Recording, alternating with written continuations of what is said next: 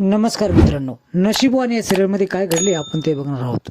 रुद्र अर्जुनला भेटतो आणि बघ, ज्या मुलीवर माझं प्रेम होतं ना त्याच मुलीशी माझ्या वडिलांनी लग्न ठरवलं माझं, असं बोलतो. अर्जुनला खूपच आनंद होतो. रुद्र तर हसूनच सांगत असतो, तुझ्या खूप चांगली मुलगी आहे असं अर्जुन म्हटल्यानंतर रुद्र विचारतो की तू तिला कसं ओळखतोस. त्यावेळेस सायलीची चांगली मैत्रीण आहे गिरिजा, असं अर्जुन सांगतो. इकडे उर्वशी प्रियाला भेटते. प्रिया विचारते कसलं टेन्शन आहे, पुन्हा पोलीस केस आडवी आली की काय. त्यावेळेस नाही, ती मुलगी रुद्राशी लग्न करत आहे, रुद्रालाही ती पसंत आहे असं उर्वशी सांगते. तुम्ही तिला बाहेर का काढून देत नाही असं प्रिया लगेचच बोलते.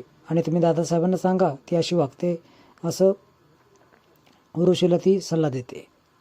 गिरिजाला ते खूप मानतात, खूप विश्वास आहे तिच्यावर असं दादासाहेबांविषयी उर्वशी सांगते.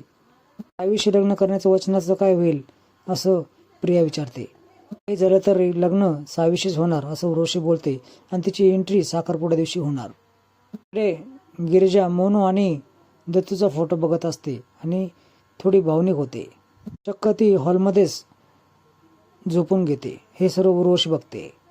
आता हिचा जीवच घेते मी असं ती मनात विचार करते, कारण अपमान तिला सहन होत नसतो. प्रभास, नागेश्वर तुला फसवत आहे, तो तुला कधीही मारून टाकन असं गिरिजासाठी चिठ्ठी लिहितो.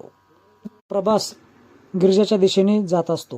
तेवढ्यात त्याला उर्वशी दिसते. अरे बापरे, कुठून दुसरं संकट आलं असं विचार करतो. खरं तर उर्वशीला तिचा गळा दाबायचा असतो. ती गळा दाबायला जाणार.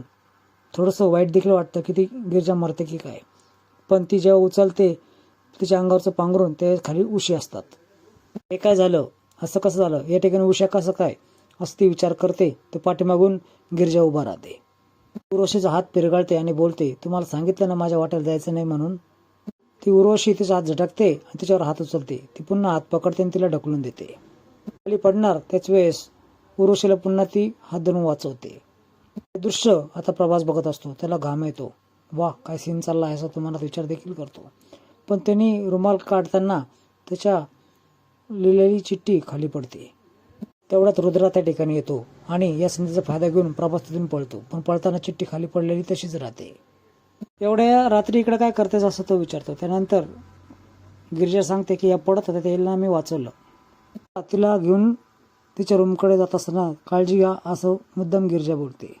चिडचिड करायला काय झालं असं रुद्रा विचारल्यानंतर उर्वशी बोलते की हा माझा नवरा असा आजारपणात खितपत पडलाय आणि माझा मुलगा ज्याला मी मांडलं तो माझ्या मनाविरुद्ध लग्न करतोय. उर्वशी त्याला दिलेल्या वचनाची आठवण करून देते की तुझ्या पसंतीच्या मुलीशीच लग्न मी करेल असं तो बोललेले असतो. आबासाहेबांचा शब्द मी कसा काय मोडू शकतो असं रुद्रा बोलतो आणि मी त्याच्यामुळेच मी लग्नात तयार झालो हे देखील बोलतो. मी देवीसमोर दिलेल्या आबासाहेबांच्या वचनाला बांधील राहू, तुला दिलेल्या वचनाला बांधील राहू असं तो बोलतो. आणि तू त्या हार्ट ट्रान्सप्लांटच्या पेपरवर सह्या केल्या नसत्यात हा विषय झालाच नसता असं तो आठवण करून देतो. साहेबांनी मला सगळं सांगितलं आहे असं उर्वशीने विचारल्यानंतर तो बोलतो. बाबासाहेब खोटं बोलत आहे, त्यांनी माझ्याकडून सहाय्य करून घेतल्या आणि त्यांच्या अंगलट ज्यावेळेस येत होतं त्यावेळेस त्यांनी माझ्यावर ढकलून दिलं असं ती पॉलिसी मारते. बाबासाहेब खोटं बोलणं हे शक्यच नाही ना, असं ते काय करणारच नाही असं रुद्रा बोलतो. पुराव्यानिशी मी सर्व पटवून देईल असं ती उर्वशी बोलते. रुद्राच्या आयुष्यामध्ये ती विष फिरून निघून जाते. तिच्यावर जास्त विश्वास ठेवू नको, ती नक्की तुझा घात करेल. दोघांचं बोलणं सगळं प्रभासने ऐकलेलं असतो. प्रभास लगेच उठतो. देवा, काय तुझी लीला आहे, जी मुलगी वारसदार आहे त्याच मुलीला या घरची सून बनवून पाठवलं आणि का डेंजर मुलगी आहे ती असं तो गिरिजाचं कौतुक करतो. नागेश्वर झोपत असताच स्वप्न पडतं की देवी आई त्याला मारण्याचा प्रयत्न करत आहे. मित्रांनो, पुढील भाग खूप रंजक असणार आहे. या दोघांच्या साखरपुडा दिवशी उर्वशीने ठरवलेली मुलगी देखील त्या ठिकाणी येते.